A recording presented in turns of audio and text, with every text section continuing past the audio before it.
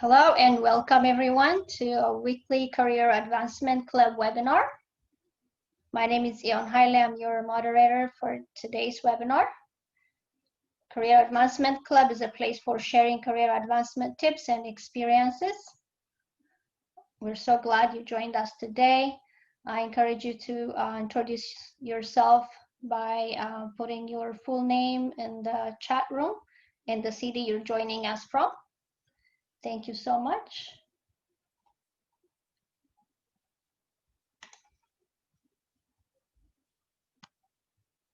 I'll introduce our webinar host. Our webinar host today is Community Career Promoter. Community Career Promoter inspires career advancement seekers to achieve their highest human potential, connects career advancement seekers with local career resources, serves all people who seek career advancement. A friendly, important message from Community Career Promoter. Seeking career advancement? Contact your nearest American Job Center. If you want to help others in career advancement, also tell them about American Job Center. Please visit the virtual American Job Center for self-assessment, training, and other career services. Their website is www.careeronestop.org.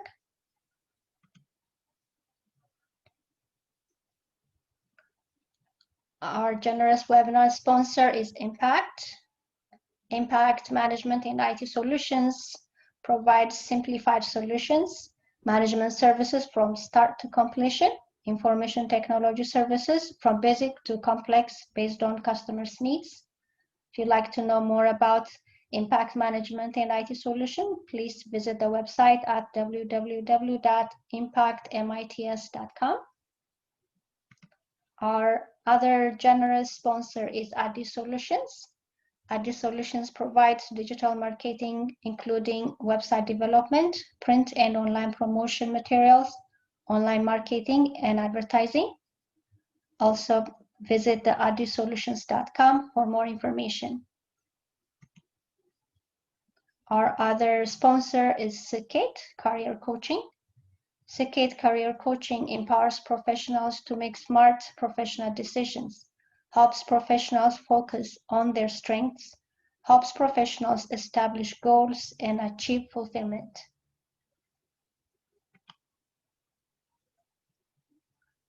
Our other sponsor is ICAT Professional Services.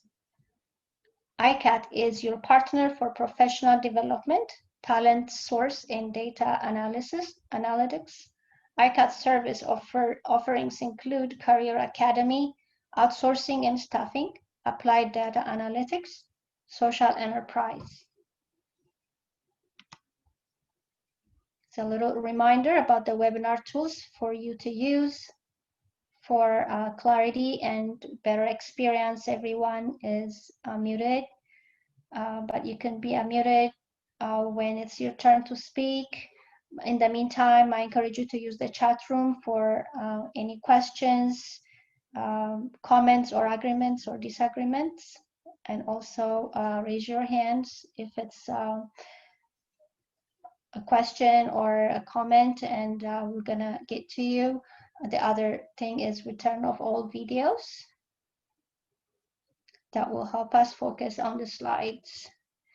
And with that, I will invite Fasil. Fasil, the stage is yours. Thank you, Zion, very much. My name is Fasil. I'll be your host for the weekly session. I hope everyone is doing well during this pandemic time. The Career Advancement Club wishes you like all the best. I hope everyone is safe.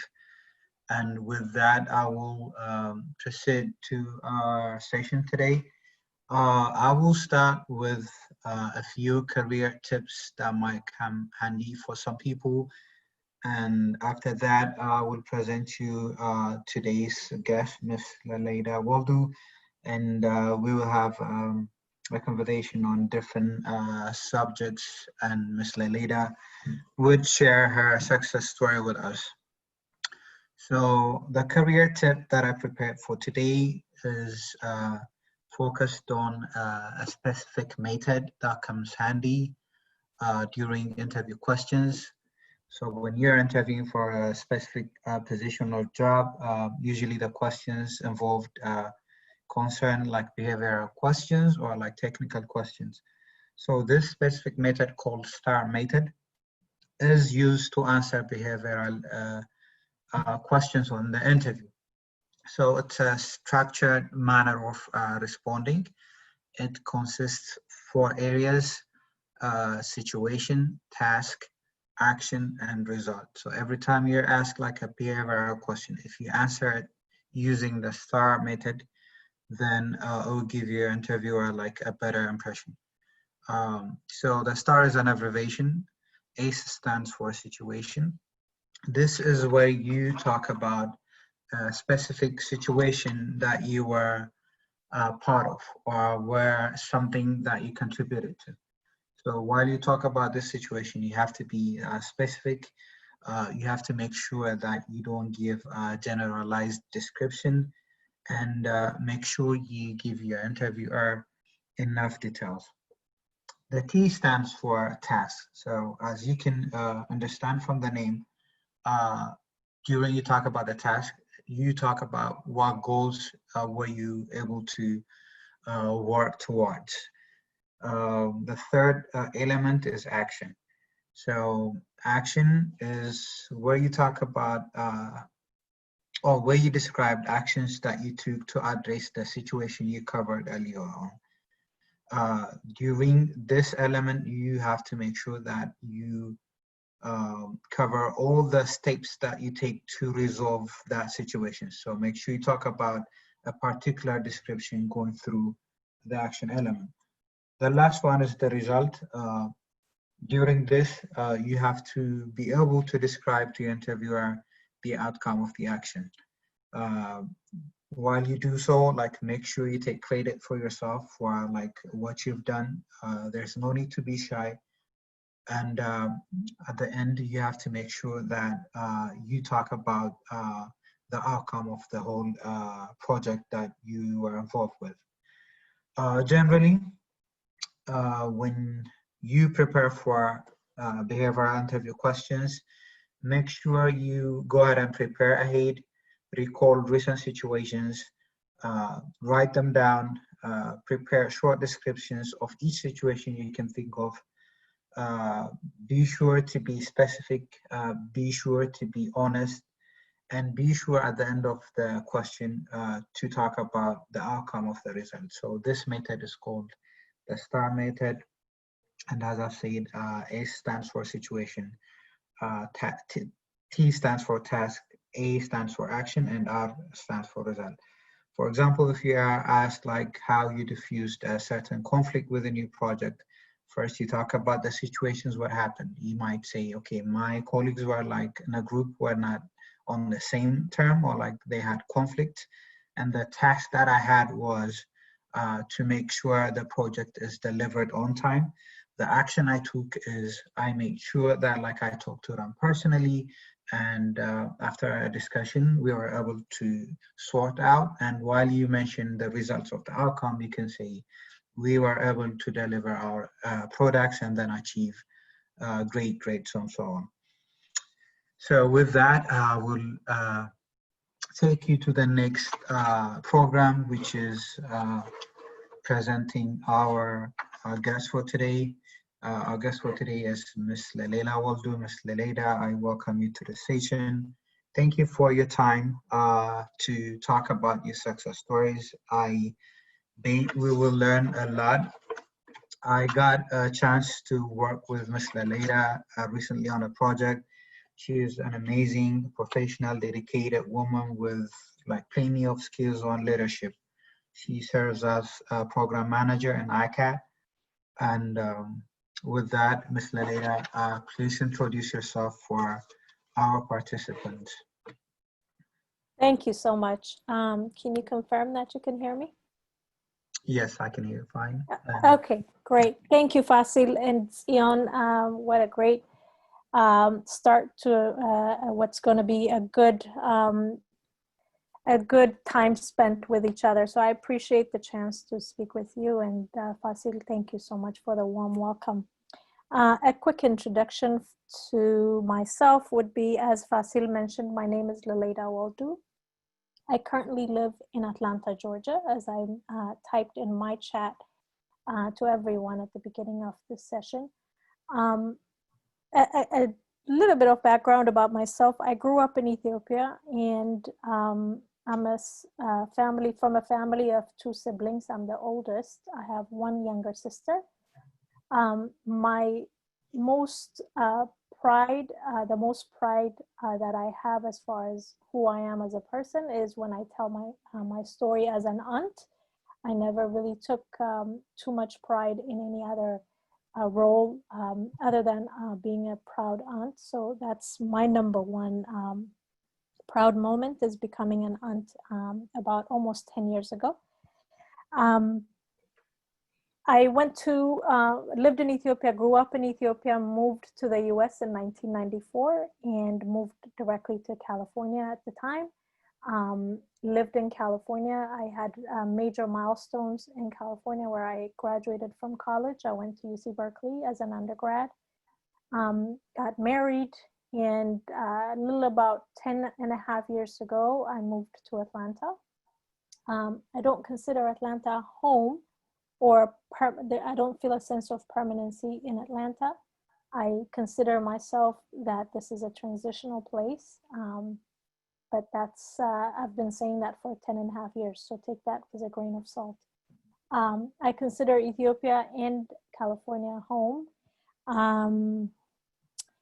Career-wise, I have gone through, and we'll probably talk about it a little further down the road, but I have been working for all of my adult life, from beginning of graduating from college, prior to that, all the way up until now. And so we can talk a little bit more about that.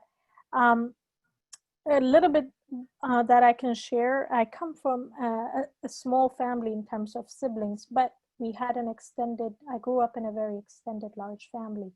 And our family was one that's not unique to most people's family. It's one that revered education, faith, and family. So those 3 values were ingrained in me and my sister growing up. So I've noticed that shaped my life from childhood into adulthood.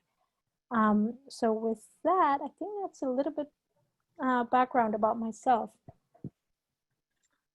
Thanks for that answer, Leleda. The funny part is, like, I told you're from Alexandria till today, and they say home is where your heart belongs. So hopefully, like, it'll be Alexandria or the DMV area soon, since you mentioned that, like, Atlanta is not considered home yet. So hope to see you out here pretty soon, and we promise to take good care of you. With that, I will go to the first question. So Leleda, if you can take us through the best insightful career tips that you received from others.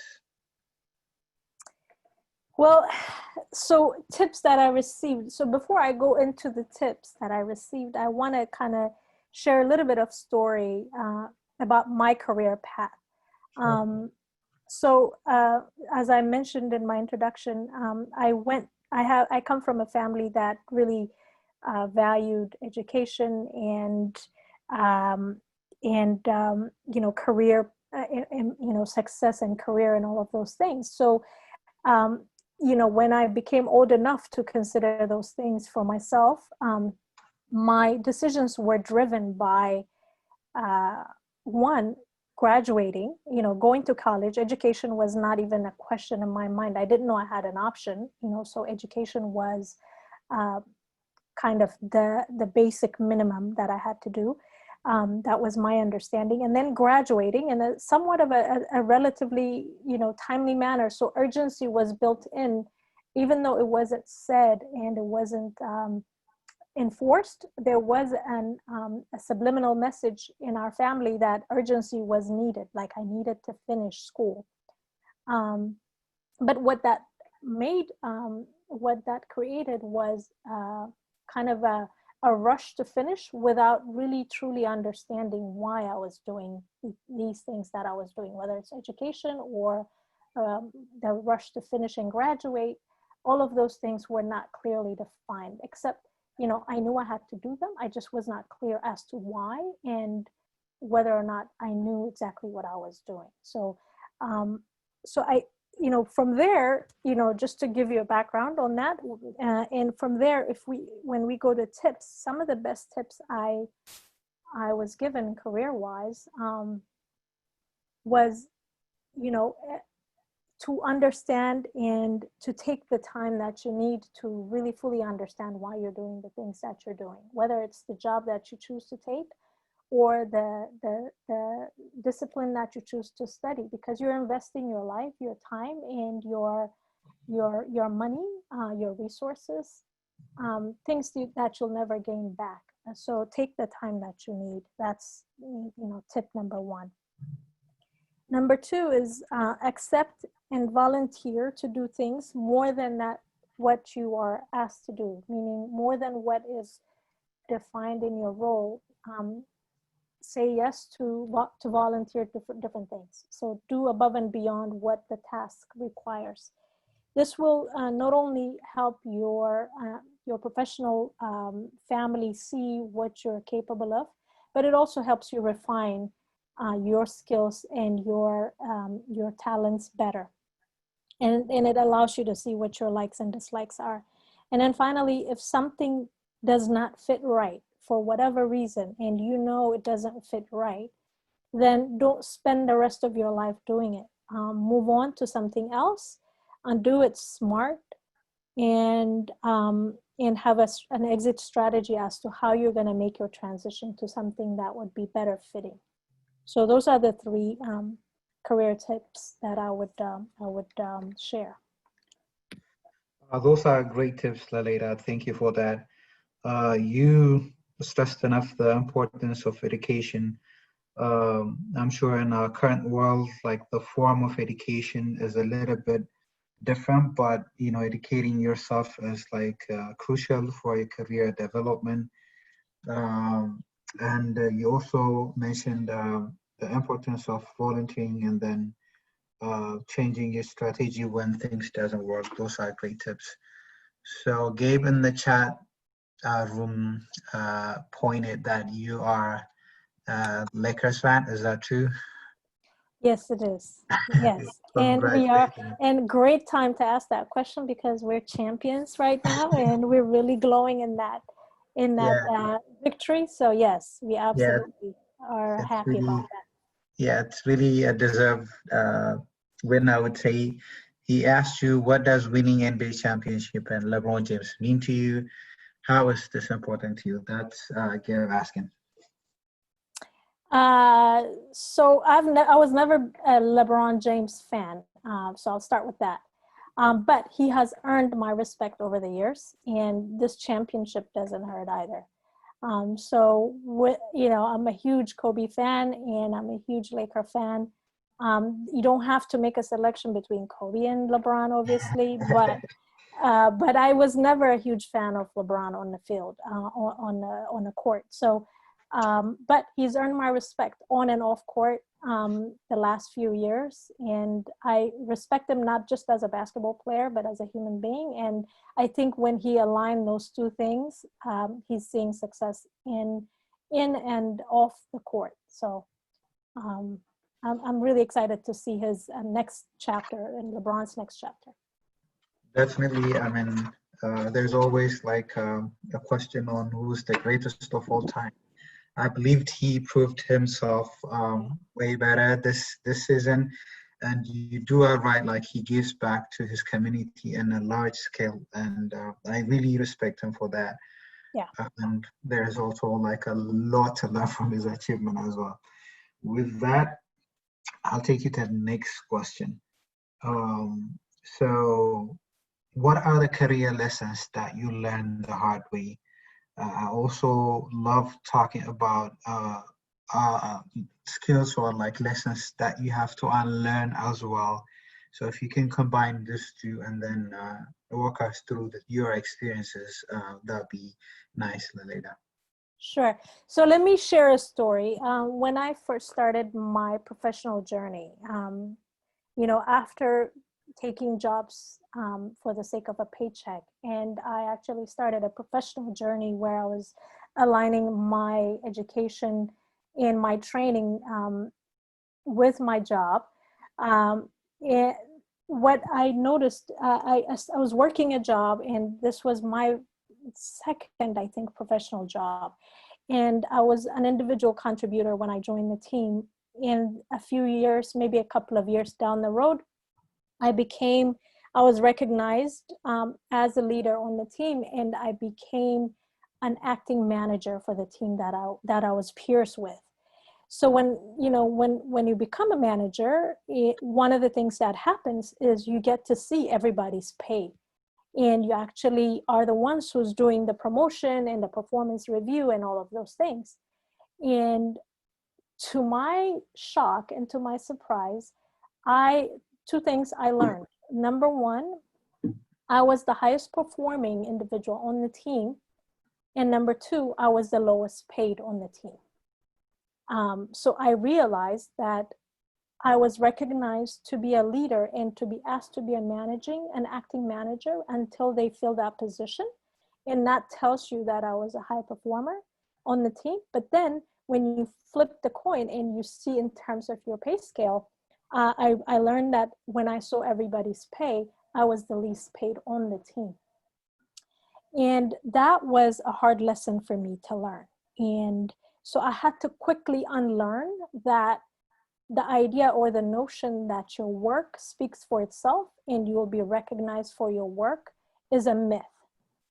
Yes, sometimes that could happen. Your work would speak for the fact that you'll be given more responsibility. However, it does not necessarily guarantee you will earn according to your work. So you have to learn, I had to learn how to sell myself and how to not negotiate my values, right? So you negotiate your pay, you negotiate your earning, but you never should negotiate what your value is. And so it helped me see that experience was probably one of the hardest lessons for me to learn. And in doing so, it made me realize that for everything that I do, what's offered is not necessarily uh, all there is to be offered. So I do have some say in negotiating what I'm worth. So that was one of the biggest lessons that I had to learn and unlearn at the same time. Great point, Leleda. I really relate with all of the things that you said. Knowing your self-worth is like something that really comes handy in career. Developing the negotiating skills as well. That's not something like we all good at. So thank you for pointing that out. You talked about like leadership and the project that you are leading as well. As I mentioned early on, I got a chance to work with you. I'm not sure if you remember, but things were not going in the right direction at a point, and then I had to call you, and then you gave me tips on some of the things that I had to learn. So for me, those things were like something I have to learn and unlearn at the same time. So you advised me to come out of my shell, to be a bit like bold, and I believe that like they came handy. So I learned that like you're a great leader um, through your career. So leadership, is this something we can all learn? Is this like natural? Like, how did you become a leader that you are today? Like, what really helped you? Like, if you can walk us through that.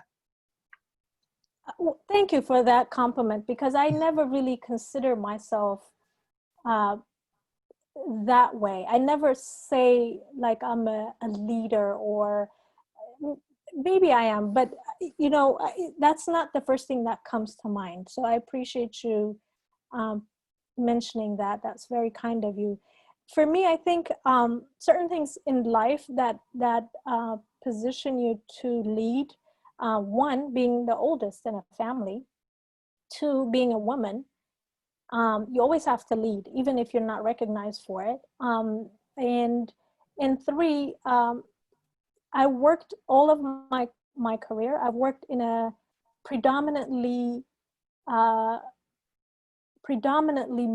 male-dominated industry. I worked in a high-tech industry the majority of my career, and that was male-dominated. To even now, it's still male-dominated. So I had to assert myself, and I had to kind of find a way. I knew I wasn't going to win the same way that my peers win. So I had to figure out a way and be very strategic about how I, carve a niche for myself, and how I make room for myself in that environment.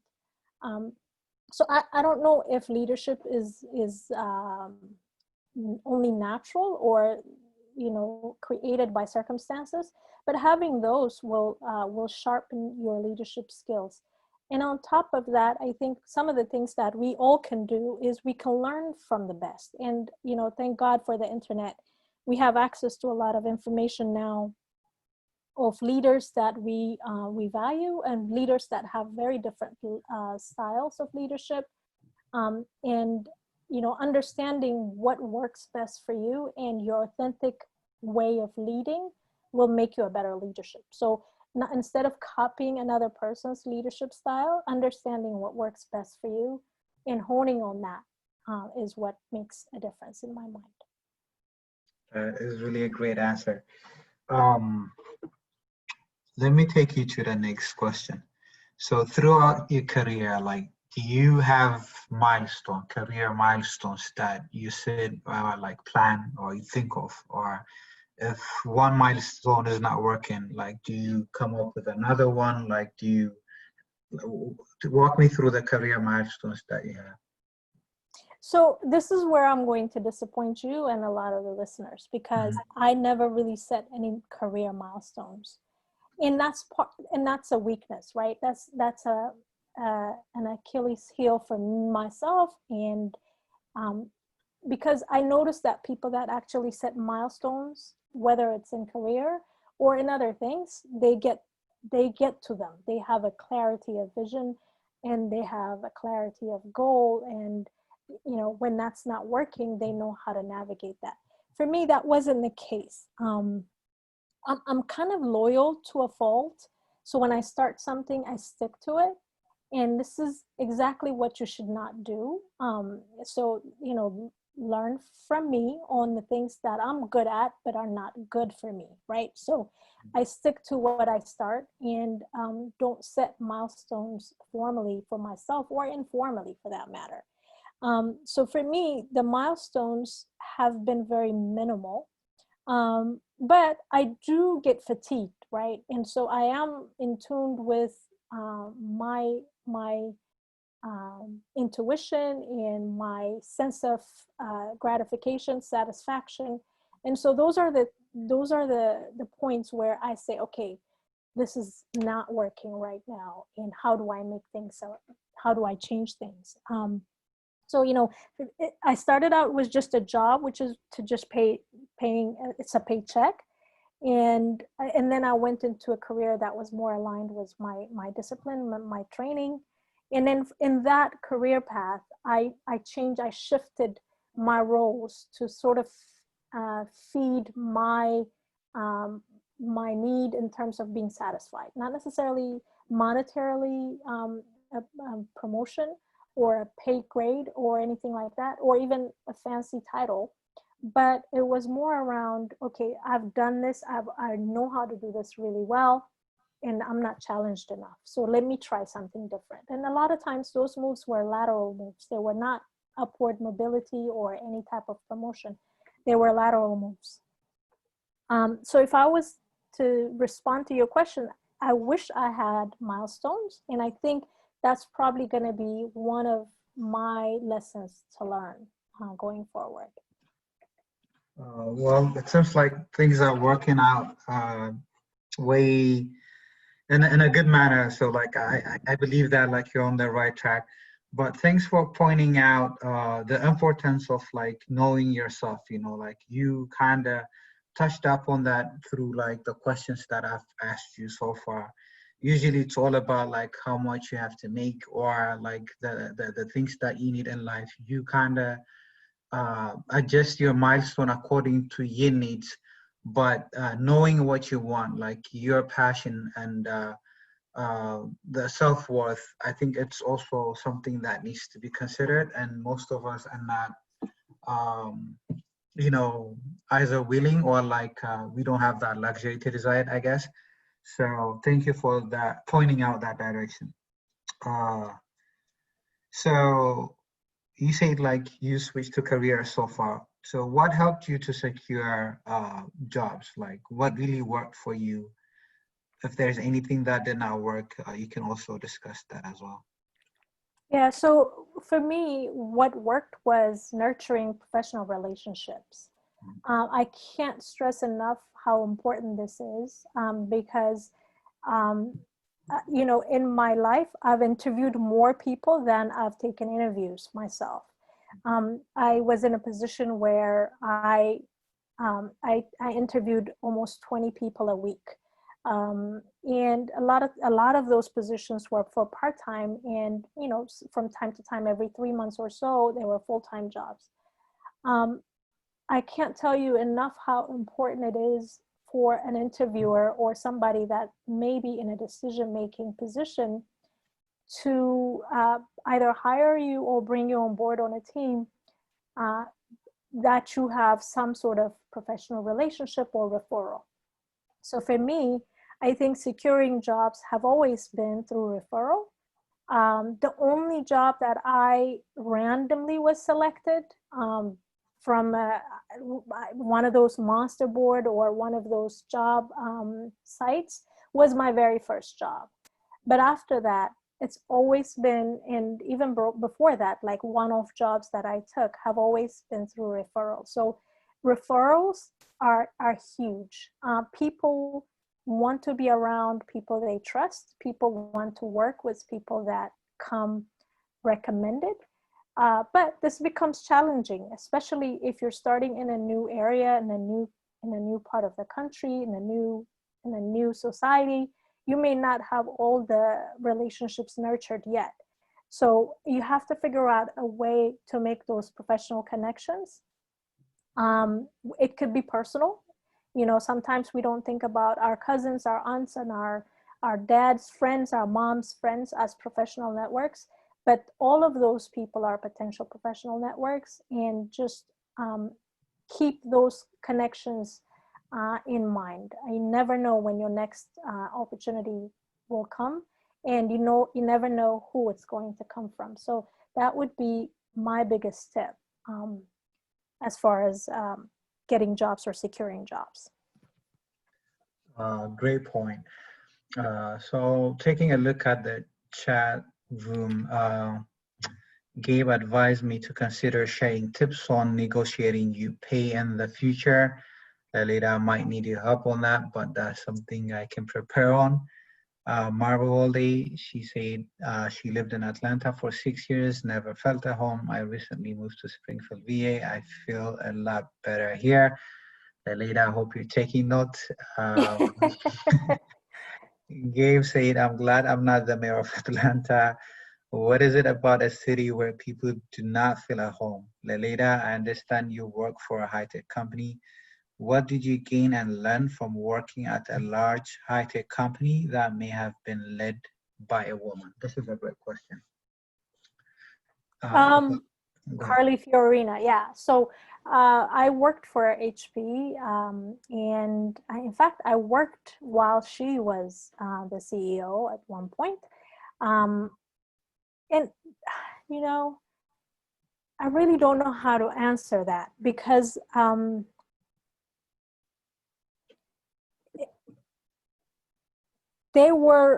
Carly was a very controversial leader.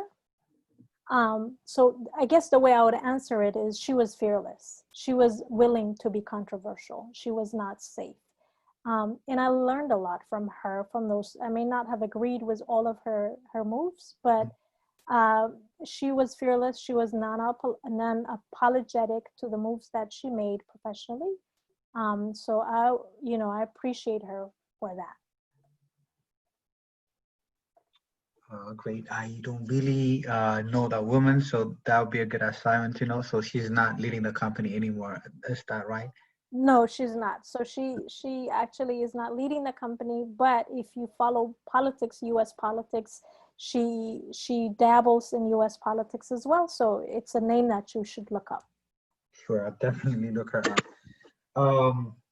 So when you were talking about earlier on about knowing what you want, I was thinking about like this book I was reading, like most of the things that you mentioned are mentioned in the book as well. So I actually suggested this book last week. The title of the book is Think Like a Monk. It's written by Jay Shaley, and talking about passion, he divides potential in 4 quadrants. So the first quadrant is it's a skill that you have, but you don't have like passion for. So you have the skill, but you're not passionate about that job. The second quadrant is like you do have the skill and you do have the passion. So this quadrant is like very comfortable to be at. The third quadrant is like you don't have no skill and you don't have passion. And the fourth one is you have no skill, but you have passion. So the second and the fourth quadrant are like quadrant that everyone should be forcing to. Like, you know, if you can work on an area where you have the skills and passion, that would have been great. If not, if you don't have the skill and then if you have passion, then it means that like you're open to learn more skills and there is a future in it. So Leleda, I guess everything that you were saying relates to this. So thank you very much. Second question, fifth question. I'm trying to think of the harder question. Shall we go with the easy one, the harder one? Yeah, it's your call. Okay. What advice would you give to the younger version of yourself? So to the younger version of myself, there's a few things that I wish I had done as a young woman, and the first thing that comes to mind is I took safe routes in life. So I would say take risks, because when you're younger, you can afford to take risks, and you have time to kind of resolve them, even if they're not the right moves. So take risks would be my first advice. The second one would be try as many different things as you can so that you fully understand who you are. You never know what your capabilities are until you actually try. And the thing was passion. And I know we always talk about passion, and that's something that I'm very passionate about. But the thing with passion is you may be passionate about something, but it may not be as passionate with you, right? So I love chocolate, but I can only have so much of chocolate, right? So certain things are not always good for you, even if you're passionate about them. So even if you think you're passionate about something, try them and see if you truly like them to be a career path or something that you want to do every day. Because some things are just decadent, right? And you indulge in them once in a while, even if you're passionate about them. So it's always a good idea to try what you think you're passionate about to see if that's something that you want to make a commitment to. And then the last one, and one of my biggest regrets is not having taken the risk to study abroad. I did have the opportunity to do that, but because I had a self-imposed urgency to finish school at a certain time, I didn't take advantage of it. So this is especially for those that are currently in college or in high school, going to college. If you have an opportunity to study abroad or live abroad, regardless of where your country of origin or your home is, if you're able to do it, sometime, an extended amount of time, not in vacation, but an extended amount of time somewhere else outside of your comfort zone, that's something that will help you in life.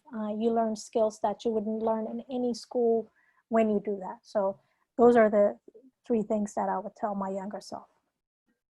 Those are great tips. Yet again, on the last tip, I was fortunate to study abroad, study in Sweden, Finland, and I did study in the US as well. So it really comes with a lot of exposure, you know, like dealing with different cultures, making yourself like feasible within that new setting. Like that's not something easy, but that takes a lot of energy and commitment. But at the end, like you really find that opportunity like so worth it. In relation to that, so I believe that I'm a work in progress, right? There's always room for change. So what really helped Leleda to become a better version of herself, even within your career, like what helped for your advancements and promotions, like to be in a better space or level? Uncomfortable places, to be honest with you. Like the minute you are uncomfortable with something, that's proof that you're growing. So if you find yourself comfortable in whatever it is that you do, and I'm not saying like always look for pain, that's not what I'm saying, but you know, a little bit of an effort will make you better. So and I know Gabe knows this really well. I have uncomfortable moments all the time, and that's how you know you're stretching yourself. And you know, I can give an example of working out. And if you're working out and if you do the same thing over and over again, at some point your body is going to get used to that, and you're not going to see results. So you have to push yourself a little bit to where it hurts and to where it's uncomfortable. And at that point, when you perfect that, then you do something else. And so for me, I think I was never that way for the majority of my life.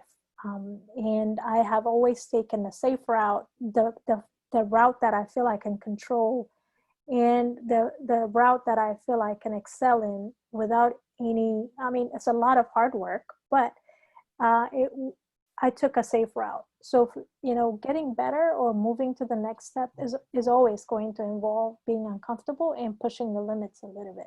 That's where growth happens. And I encourage everyone to do that.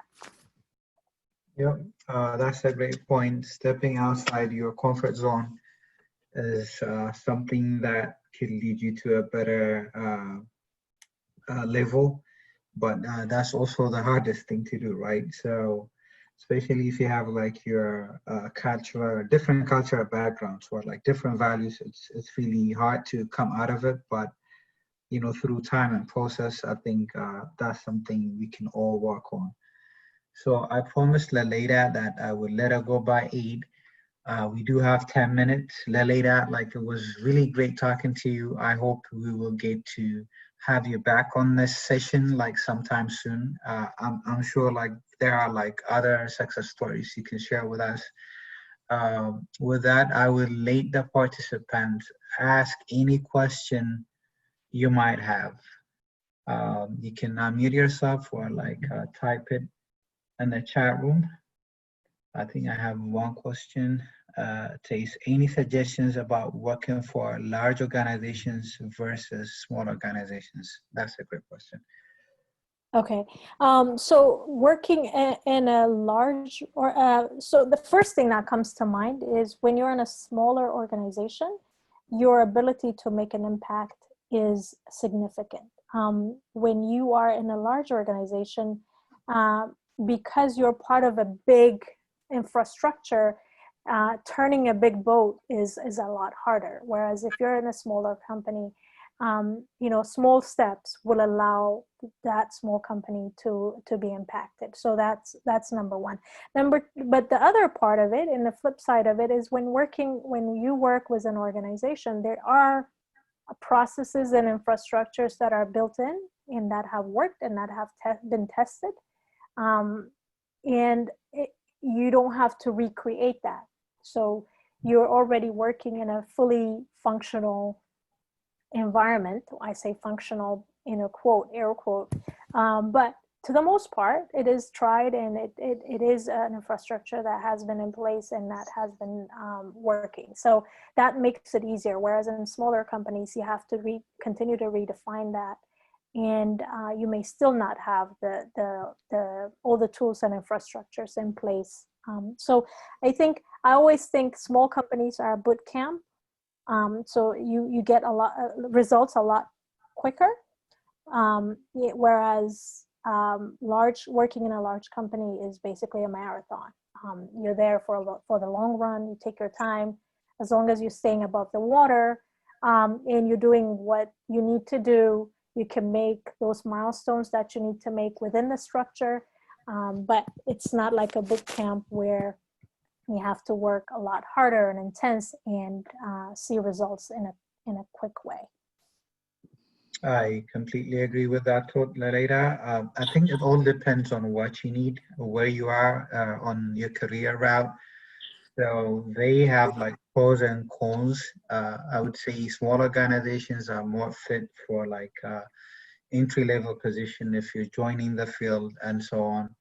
I believe the large organization will provide you a room for career development, like you have more exposure as well, working in a large team as well. So they both come with pros and cons, and I would say it really depends on what you want.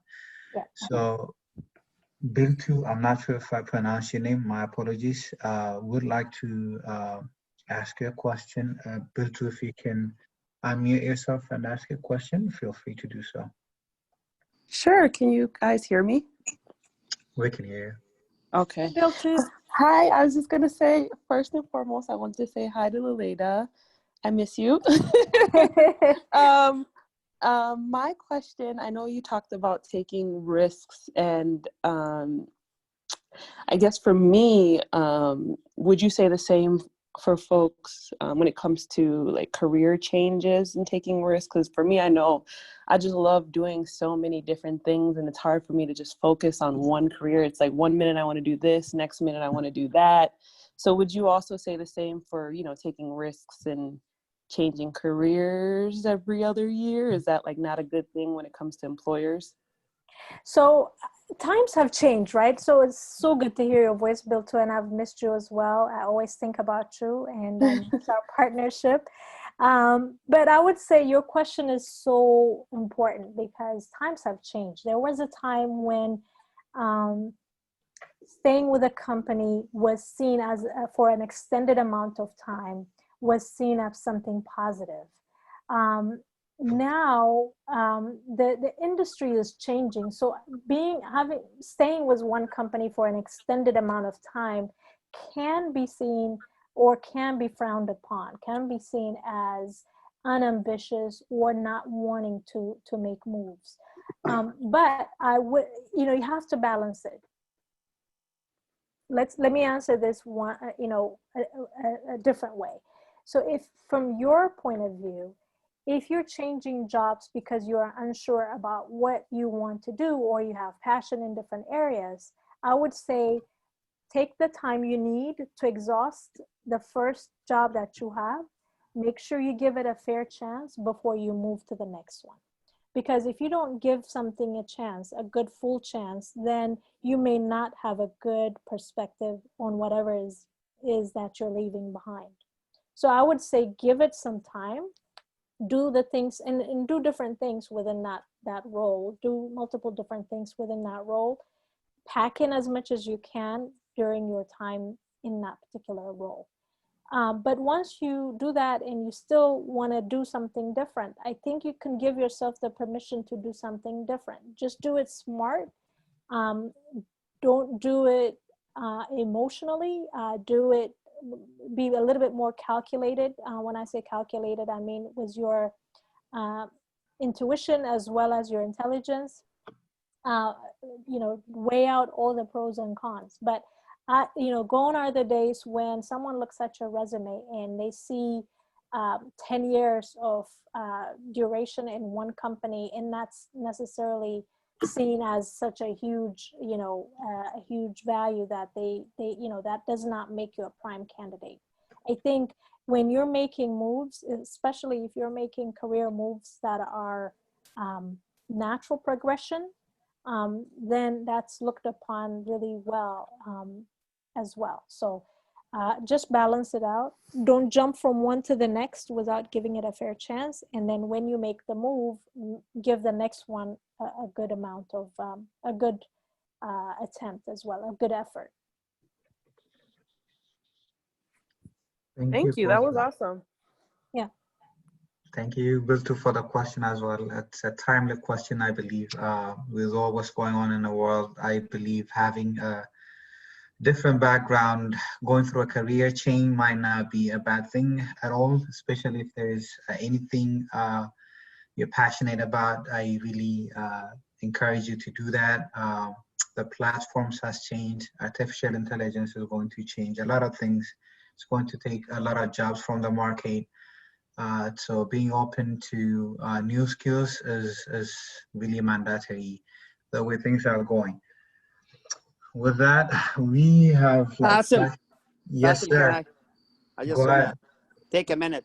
So I just want to, this is Gabe, and I'm very grateful for those of you who joined us for the very first time, and those who have joined us maybe second, third, fourth time.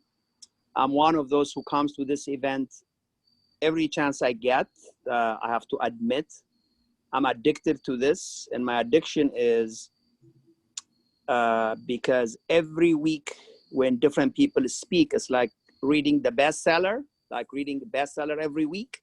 So I want to encourage those of you who showed up for the first time or second time to keep showing up, because you'll be amazed what you learn from each person. So that's my commercial.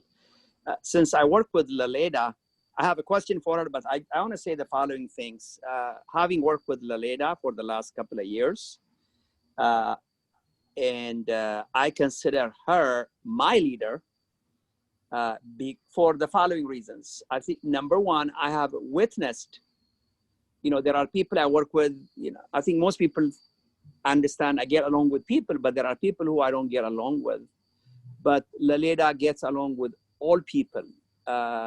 When there are people who follow you and people who admire you, people who want to work with you, I think that's one definition of a leader.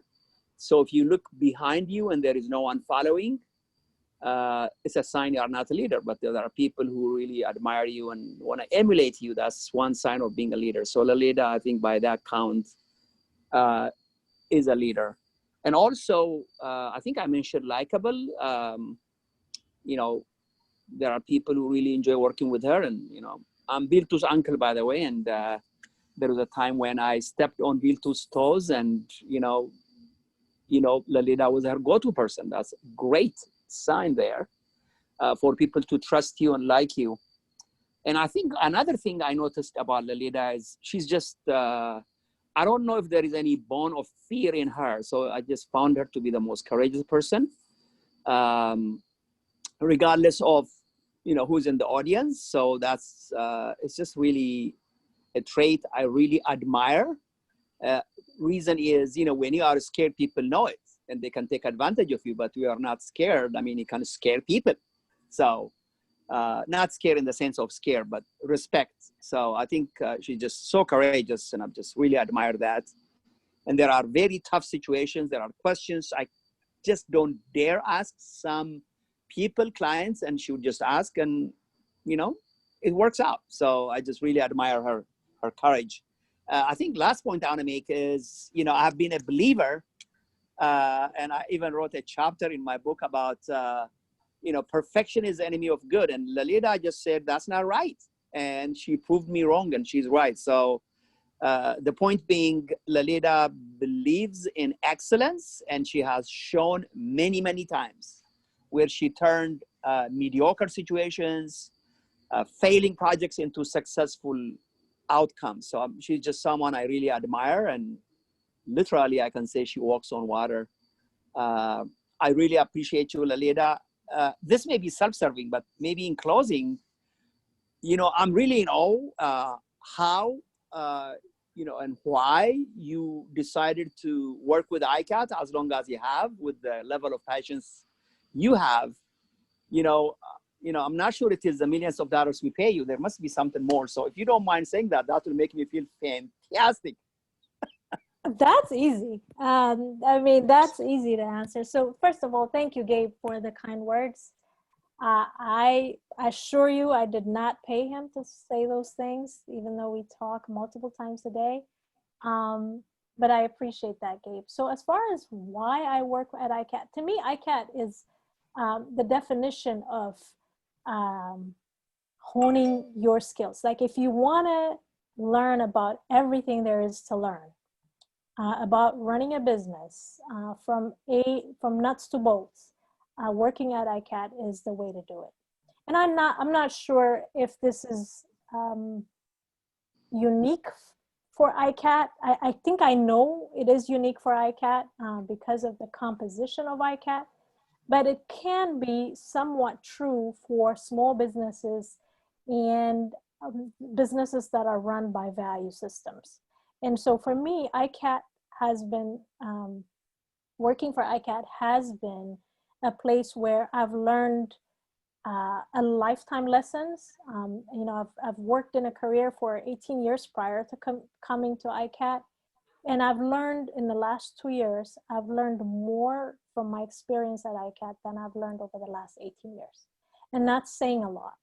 And to me, there's nothing more valuable than learning on the job. And part of that is because of Gabe. Gabe has been an amazing mentor and an amazing partner. And for that reason, I'm here at ICAT, and you will have to try hard to get rid of me, Gabe. Well, Leleda, I think that raise that is waiting for you. We need to make it happen right away with that remark. Huh? Saying that in front of 14 people.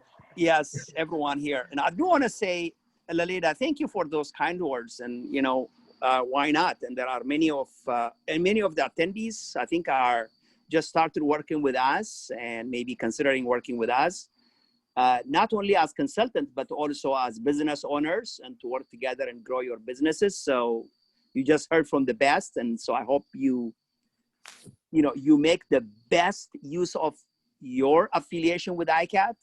I want to close by saying there are people who've been with ICAT 20 years, not 20 years steady, but they go and come back. They go and come back. It's like your mommy's house, So with that said, I'm so grateful you given your busy schedule, you are here with us and sharing and word of encouragement. And I learned so much. And I want to thank everyone, and hope to see you, I guess, next Thursday evening.